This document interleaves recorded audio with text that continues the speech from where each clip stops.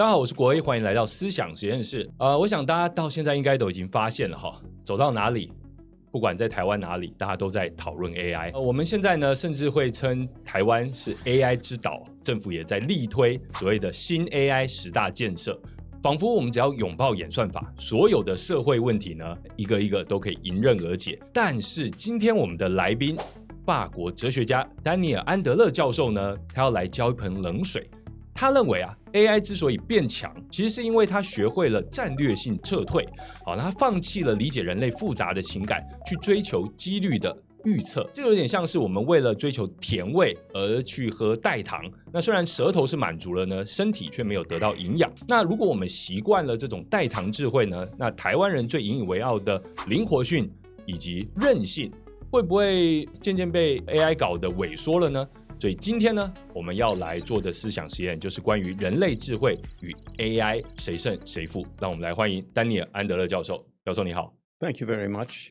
Very happy to be here. 教授，我想跟你请教一下，就是所谓的战略性撤退，在您的书中或在你的论述当中的意思是什么？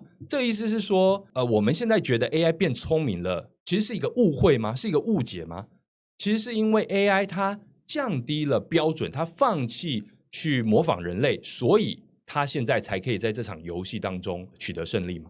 Yes. Well, compared to the initial goal of AI set out in the mid-50s, the idea was to get a computer to be intelligent in the same sense as we are intelligent. But very soon thereafter, researchers realized they could not aim directly at creating a full-bodied human intelligence, which would include all sorts of things like understanding, consciousness, emotions, maybe the body, and things like that.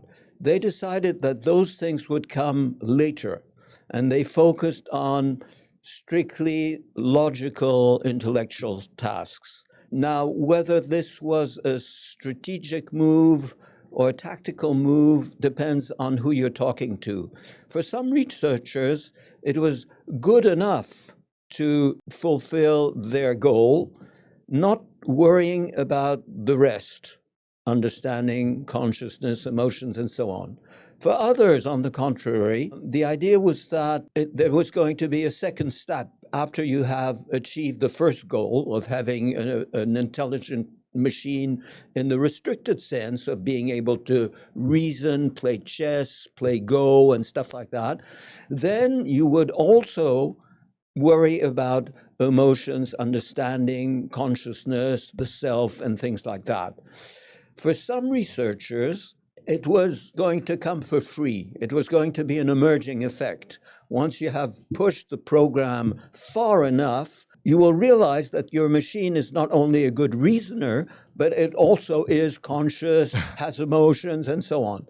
Other researchers thought that maybe an extra bit of work had to be done in order to also get emotions, consciousness, and so on. There's a second sense, if I may pursue, in which there's a strategic retreat, and a spectacular one.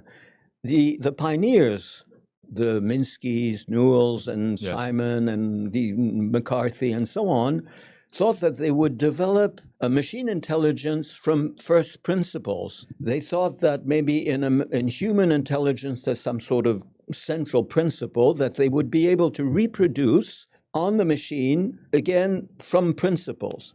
Now, this has been, for the moment, completely abandoned, because look at the typical achievement of AI today, which are large language models, ChatGPT, and so on.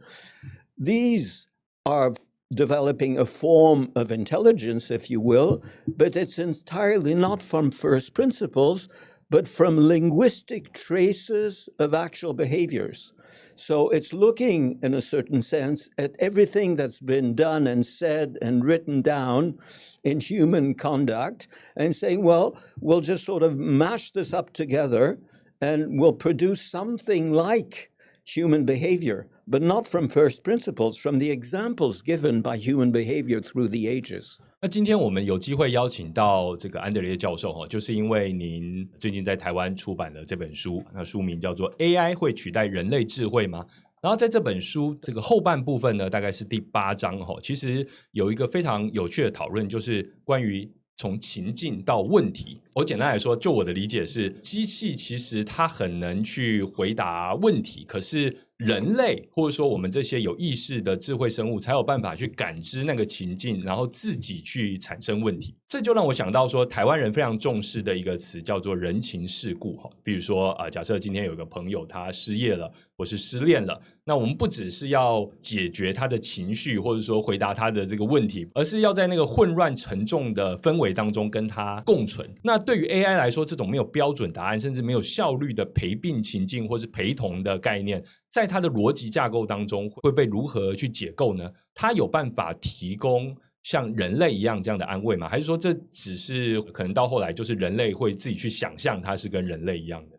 Well, there are two questions, I think, two central questions in partial answer to your very interesting challenge. One is whether the ChatGPT or any large language model can react in an effective way to, indeed, the situation of a human being who's going through psychological turmoil because they've lost their job or they've lost their partner or something like that. So the first question is, can actually large language models understand the situation and provide the necessary help?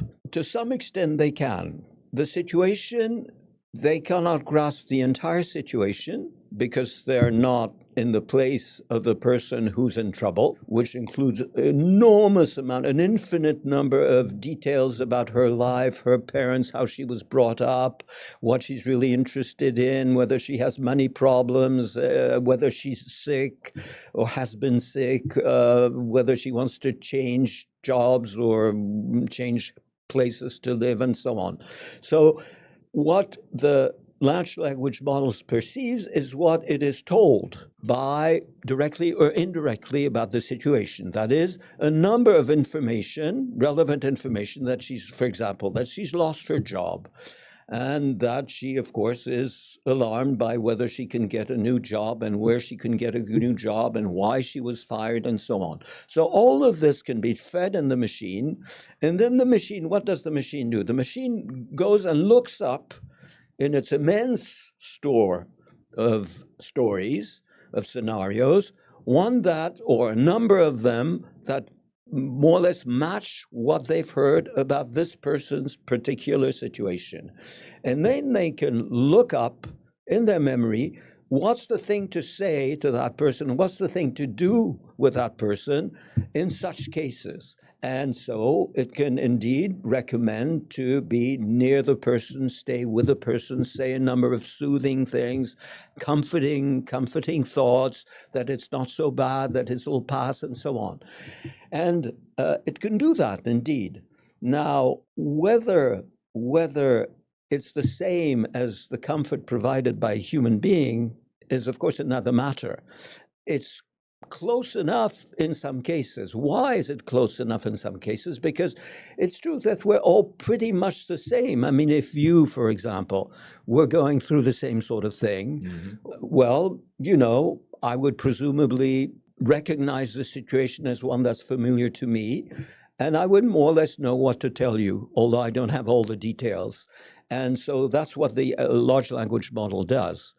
But still, I think that if you really gave a choice to that person to have comfort from an LLM and comfort from a real person, I think she would possibly choose the real person, although that's debatable, because sometimes having a person near you is a form of, can cause certain difficulties that you don't have with what's known as an AI companion, which is one advantage of AI companions over human companions.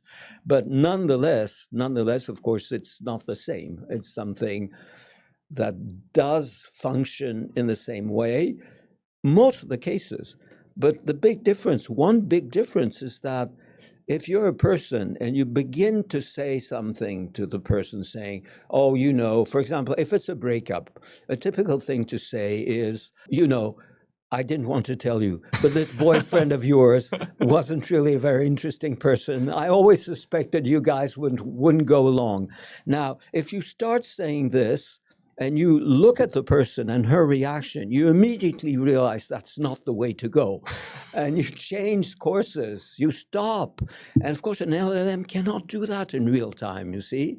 So in average cases, it works, but in edge cases, it doesn't work. There's not the same idea of interaction.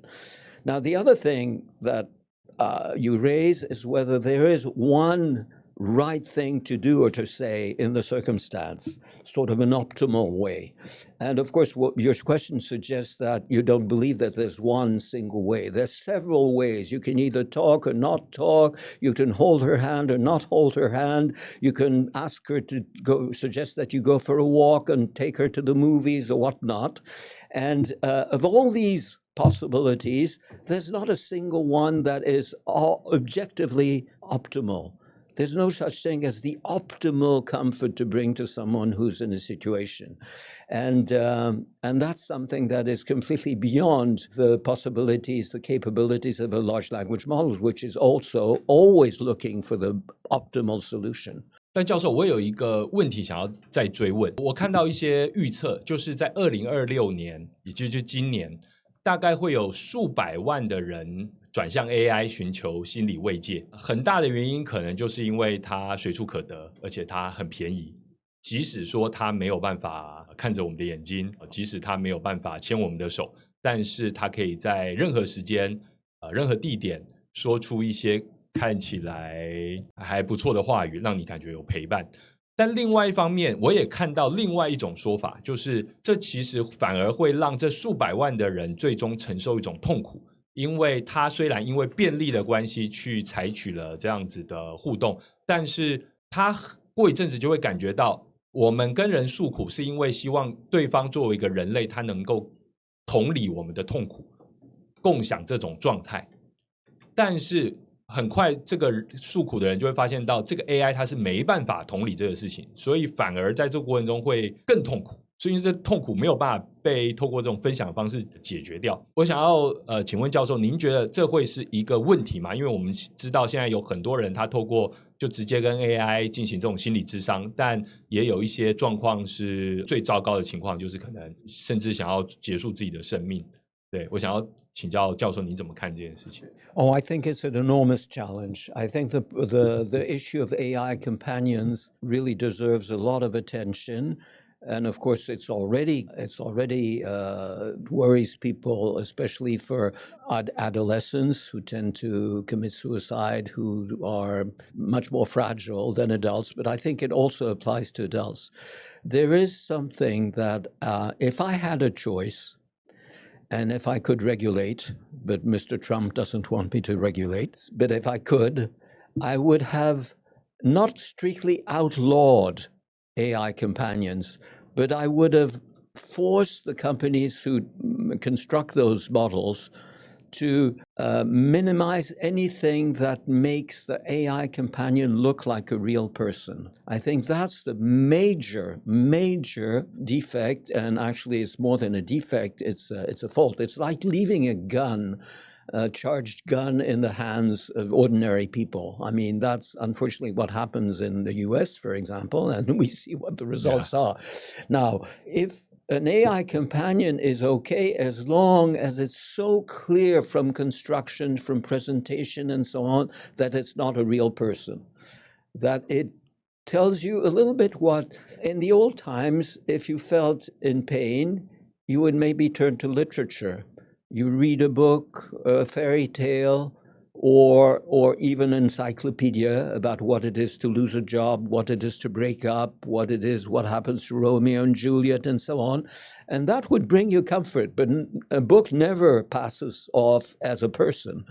And so AI companions should be somehow shaped in such a way that they do bring the comfort in the form of these interesting thoughts, amusing anecdotes, all sorts of things, distracting thoughts, and so on, without passing as a person. Because It's true that we cannot resist the temptation to think of these things as persons because they behave so much like persons. And then we realize they're not persons because they, as my friend John Hoagland, deceased unfortunately, says, they don't give a damn. They don't give a damn. It doesn't matter to them really. And in fact, you can easily fool them and make them say awful things like, yes, go and jump in the lake. Right.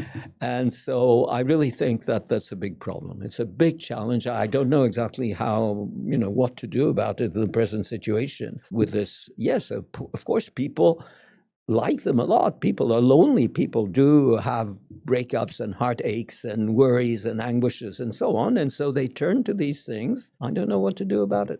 嗨，思想实验室的观众朋友们，谢谢你们一路听到这里。如果你喜欢我们刚才的讨论，但你的订阅键还没按下去的话，不用再犹豫了，帮我们用力按下订阅就对了。我们年底的目标非常需要大家的支持。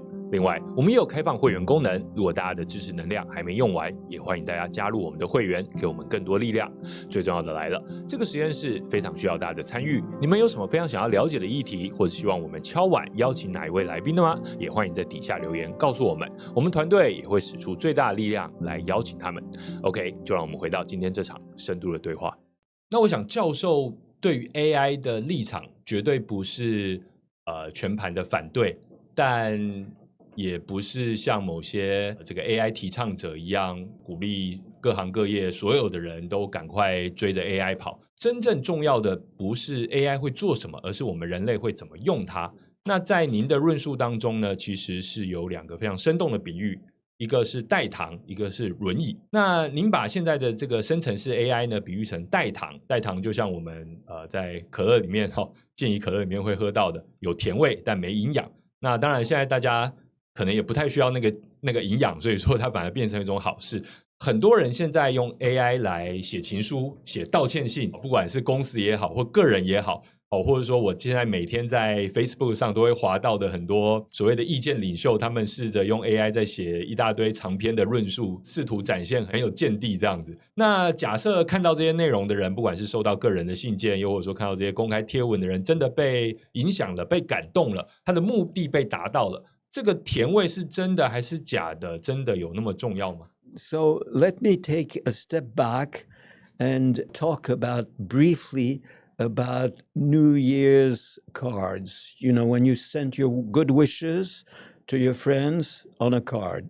Now, because I'm, not exactly young, I used to do that a lot. Okay. So it required choosing the cards, making it just the right card for that person. Yeah. Writing up something which may not be entirely routine, a little bit personal, putting it in an envelope, putting a stamp on the envelope, and throwing it in the mailbox. So when you received such a card, there was something about the gesture that touched you to some extent. Of course, sometimes it was quite formal and so on, but still, basically, there was something. And if you did get a card from someone, you thought, he's no longer a friend, or maybe he's sick, or he's dead, or something, and you worried. Nowadays, I get good wishes on the email from a colleague who pushes a button and sends 200 copies of his good wishes. Yeah. Of course, I don't even open the mail. I throw it directly in the bin because obviously there's no real personal thought from him to me. So I think I use this as a metaphor for the following.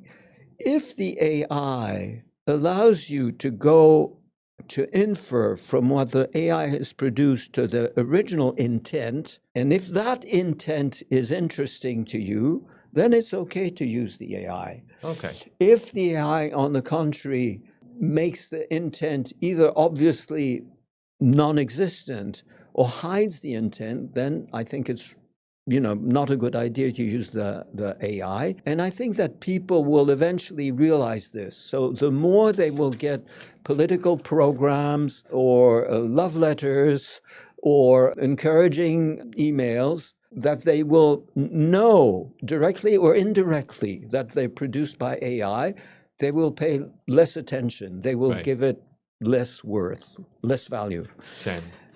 I don't give a damn. That's right. Exactly. 书里面其实还有另外一个比喻，就是把 AI 比喻成像是轮椅。像这样的讨论历史非常悠久啊，更古早以前的人呢，会担心说用了计算机呢，那学生就不会心算了就不会算数了。那现在呢，学生已经都转向 AI 来写报告来发想。虽然说他们也有能力去做这些事情，但这就有点像是一个身体健康的人坚持要坐轮椅，因为就比较轻松嘛。那我想请教教授，作为任教40多年的老师，您会担心学生因此失去什么能力吗？例如说记忆力，还是去忍受痛苦、去思考的能力，还是去延迟享受的能力？ I see two worries, and both of them are real worries in my opinion. One worry is the memory thing, and another worry is the think thing. I'll try and make myself clearer.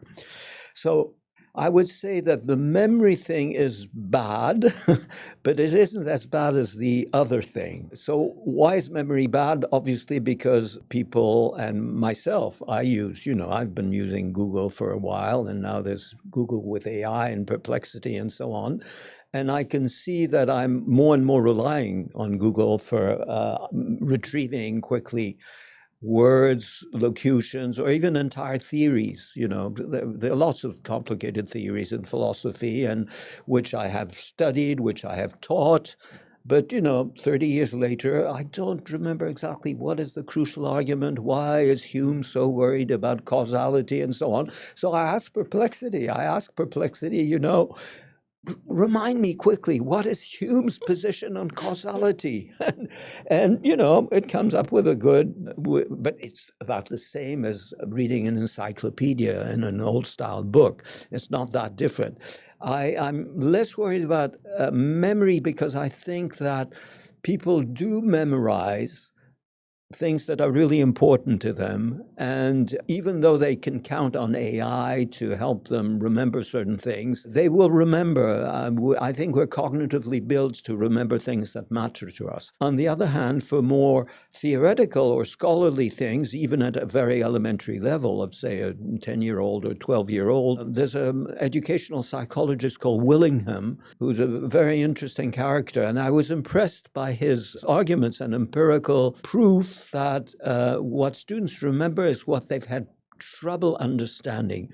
If they work through something that's difficult for them long enough, then they will remember the result. If it's too easy or they don't work through it quickly, they will forget very quickly. And we experience this as adults also. So I think the memory is bad, but it could be something is worse. What is worse? It's the thinking thing. And there I'm really adamant about that. I hear a lot that an argument in favor of ChatGPT, which is the blank page argument. The blank page argument is as follows. Whether you're an adult or a 14-year-old, that has to write an essay or an outline or something, well, you have this duty and you have a blank page and you just don't know where to start, and that's a source of anguish. And the argument is that ChatGPT is great to overcome this. You just ask ChatGPT to do it, and then of course it's not right. You have to check, you have to exercise your critical skills, you have to put the personal touch, make it your own, and that's supposed to be fine. But I think this is getting things completely in reverse order. The important part is to overcome this blank page thing by yourself. This is when you really have to think. And this is where you realize how hard thinking is and also how enjoyable. Because after a while, you get over this blank page. You realize there's some resource in you that allows you to put something on this blank page. It may be confused, it's not completely coherent and so on, but still it's come out of you. It's a great source of enjoyment, and it's really when you know what it is to think by yourself instead of just correcting something that's been done by ChatGPT. So I think that indeed the overuse or even the use of ChatGPT in education is a really very dangerous thing. I suppose it can be arranged or rearranged in such a way that it brings benefits. But the way it is used now, I think, is really disastrous. I think it is de-skilling. It's de-skilling in a double way, in a double sense. I'm just repeating myself. It's, first of all, preventing people from learning how to overcome the blank page syndrome, how to get their thoughts organized and so on. But it's also making them unaware of the fact that there is such a thing as thinking by oneself. And I think that's, in the long run, it may be pretty disastrous.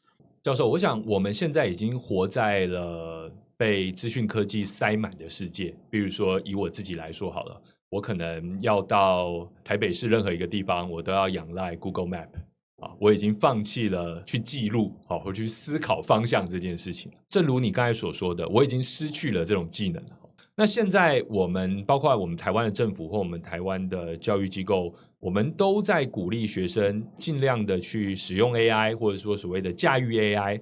但是如果从您刚才的说法的话，我们必须要为了培养自己的思考能力，反而要尽量的可能在启动的阶段，让自己能够去利用自己的大脑去跨过那个空白页面的这个状况。所以既然您觉得这个是一个问题，那您觉得普通人包括学生也好或者我们成人也好，到底该怎么抵抗这件事情？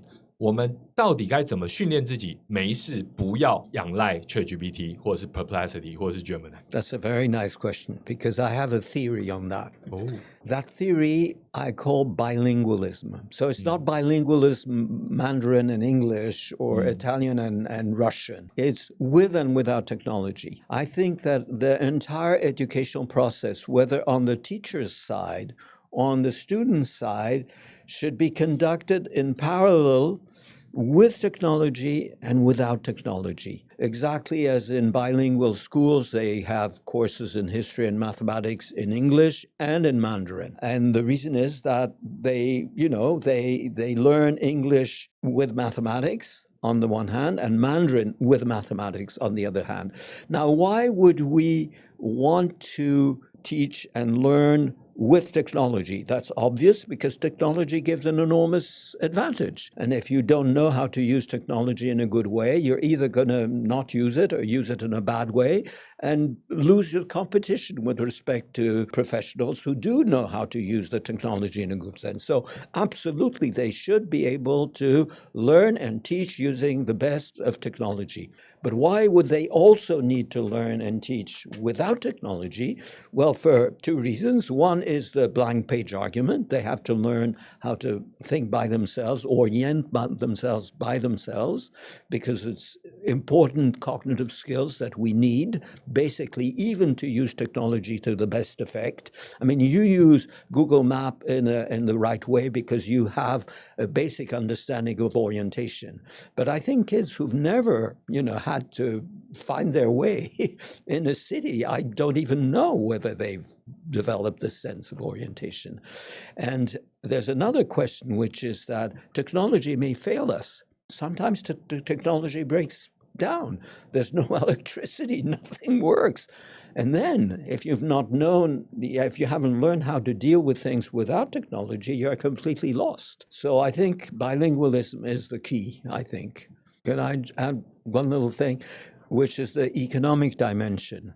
I mean, right now, as you know, LLMs are not profitable at all. And in fact, they're losing a lot of money, which is, the money of venture capitalists. But eventually, as everyone knows, that is not sustainable. So eventually, AI has to be cost effective. It's going to turn out to be rather expensive. So it's something that, of course, will be deployed, can be deployed economically in all sorts of professional areas like war, security, medicine, and so on.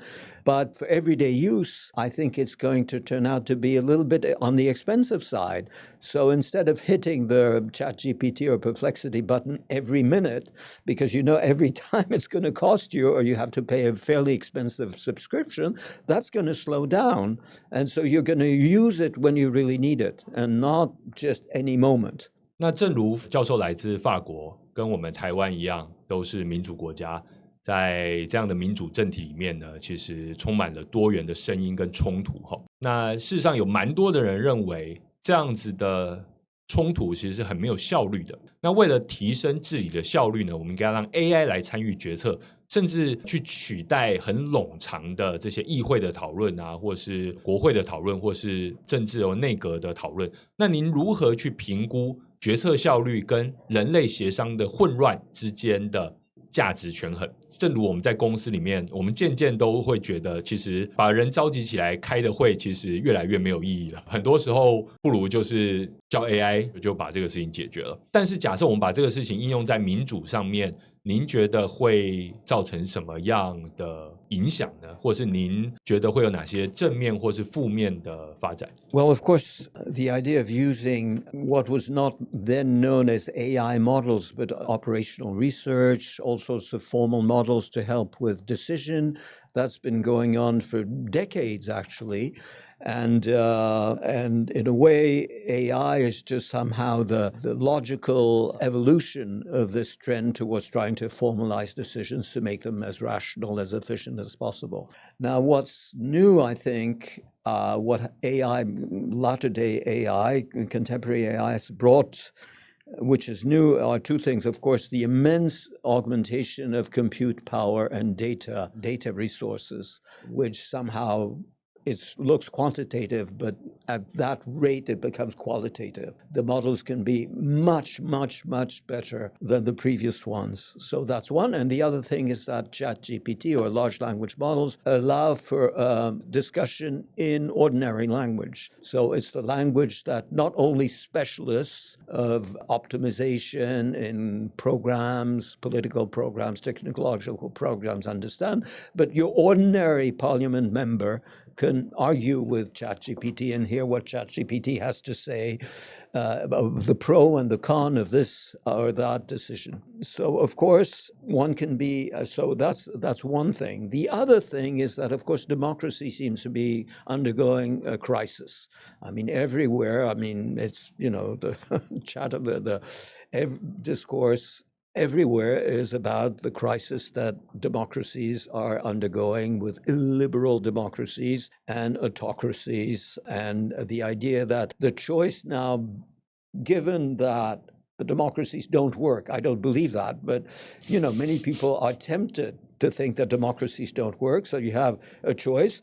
Either you go autocratic and you espouse autocracy. Why not? I mean, there are examples. They work to some extent. Or AI. And so do we have to choose between autocracy and AI? Actually, we can bring them together.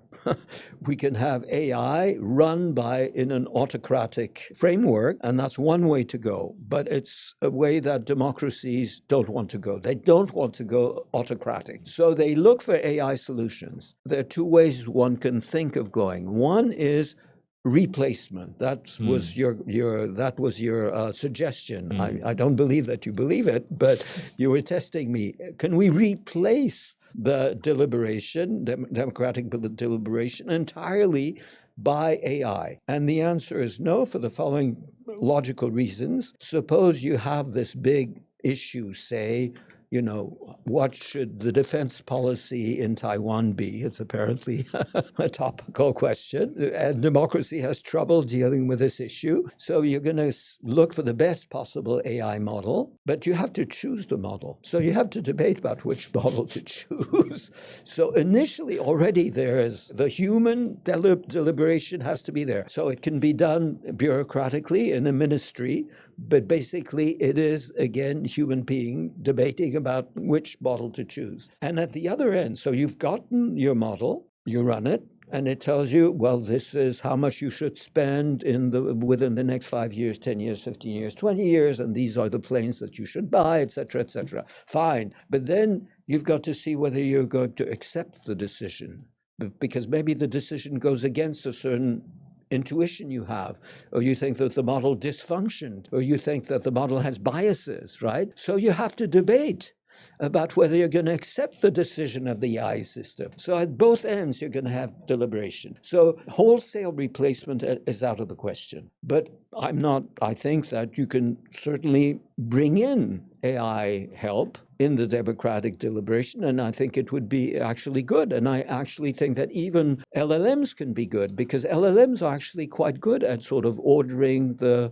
arguments, making sense of the arguments, ordering priorities, making things explicit, and so on. And I think that can help people to sort of see more clearly what they're arguing for, what they're arguing against, and so on. So I think it can be a help. So I think that it makes sense to try and use AI systems, whether formal systems, which are opaque to non-specialists, but can be very useful in the right hands, or LLMs, with ordinary language dialogue with ordinary representatives of the people. But there's one thing: if you bypass deliberation too much, then you lose something which is essential, which is actually, I think you've suggested it in your question, which is the process of getting to agree with one another. And that is, first of all, getting to a certain mutual understanding. So people disagree, but why do they disagree? So understanding why the other person doesn't see things in the same light as you allows you to get closer to that person and to accept a certain form of compromise. There's that, but then there's something even more important, I think, or at least equally important, is that in the course of deliberating and disagreeing, you also have a clash of wills to power. And that's part of human nature. People are not simply defending arguments for rational reasons. They also defend arguments in order to affirm themselves as the person who is winning the argument. And by winning the argument, he gains in reputation and prestige and eventually power. And that's just part of it. So when you do that, well, there's a clash of wills, there's a clash of wills of power, a certain pecking order installs itself, and it's like after a fight, well, that's it. You've had your fight, and then you can move on to the next thing. Well, if you don't go through this process, then this clash of wills to power will come back and haunt you in indirect ways later in the process. Right. And you won't be able to, for example, negotiate in a good place the further, because the issue at hand is not the last one you're ever going to debate with your adversary. There's going to be other, and you want them to compromise in a certain way. You want them to understand your viewpoint. You want to settle a number of private, personal issues of power and willpower. So you need to go through this process nonetheless. 最后一个问题，我想请问教授，我现在看到很多的 AI 倡议者，不管他是担心 AI 的能力，或是期待 AI 的发展，总而言之是对 AI 的进程是非常乐观的。他们会觉得说，可能再过几年就会达到所谓的 AGI。那在那个情况之下呢，出现了两种人类文明的预测，一种是像 Elon Musk，他最近的说法是人类可能有办法走向 abundance， 走向彻底富足的社会，就不用工作了，然后金钱这个概念也都会失去。那另外一种呢，是像尤瓦尔·哈拉瑞，以色列知名的这个历史学家，也是知名的作者，他也讨论了很多 AI。他担心说 AI 会创造出很多的无用阶级。AI 作为一个很强大的工具，但没有办法掌握 AI 的人，其实在社会当中就真的被取代了，他就没有价值了。那我想请这个教授用简短的方式来选一下，您觉得我们人类会走向哪个方向？ Let me try and rephrase. Maybe we'll cut this off because I want to be sure that I understood. So either AI will make us all perfectly satisfied, all our needs will be, or there'll be sort of a two-tier society with some very a great divide. Yes. Well, if I really had to bet today, I think that I wouldn't even say it's the worst-case scenario, because I think both scenarios are actually not so attractive. But basically, if I had to choose, it'd be better if everyone was, living in this perfect paradise of every need satisfied, no cancer, no nothing. So in a way, I mean, you cannot think that's not the better one if you have to choose between the two. On the other hand, in terms of likelihood, I think it's the second model that's going to take over. I mean, clearly there doesn't seem to be a way to reach this paradise where everyone will be fully satisfied. And if anything, which seems to be unlikely, but less unlikely, is that a small number of people will be able to benefit from everything, the best that AI can bring, and they will indeed live a life which I don't really envy them, but they will live a life in which their needs will be satisfied. They'll be better taken care of in terms of health and so on. I think that's more likely. 今天真的非常谢谢教授为我们带来您的新书以及关于 AI 的深度思辨。那我想这些讨论呢，其实是在台湾的我们非常需要的。我们不能只看 TSMC 它的股价会涨到哪里，因为身为 AI 指导，如果我们真的要积极的导入 AI， 我们也必须知道它可能会带来的影响。当然我们都没有水晶球，没有办法预测未来会发生什么事情，但是透过这样子的思考，我们就像刚才教授说的，我们在民主过程中，我们需要这样的思辨来让我们共同接受接下来会发生什么事情。非常谢谢教授，也希望教授这次在台湾的剩下几天旅程呢，能够好好的体会台湾。Thank you very much. It was a very interesting discussion to me too, and I would like to come back in a year to continue the discussion to see how things have evolved. 我是国威，谢谢思想实验室的观众，我们就下集再见了，拜拜。Goodbye.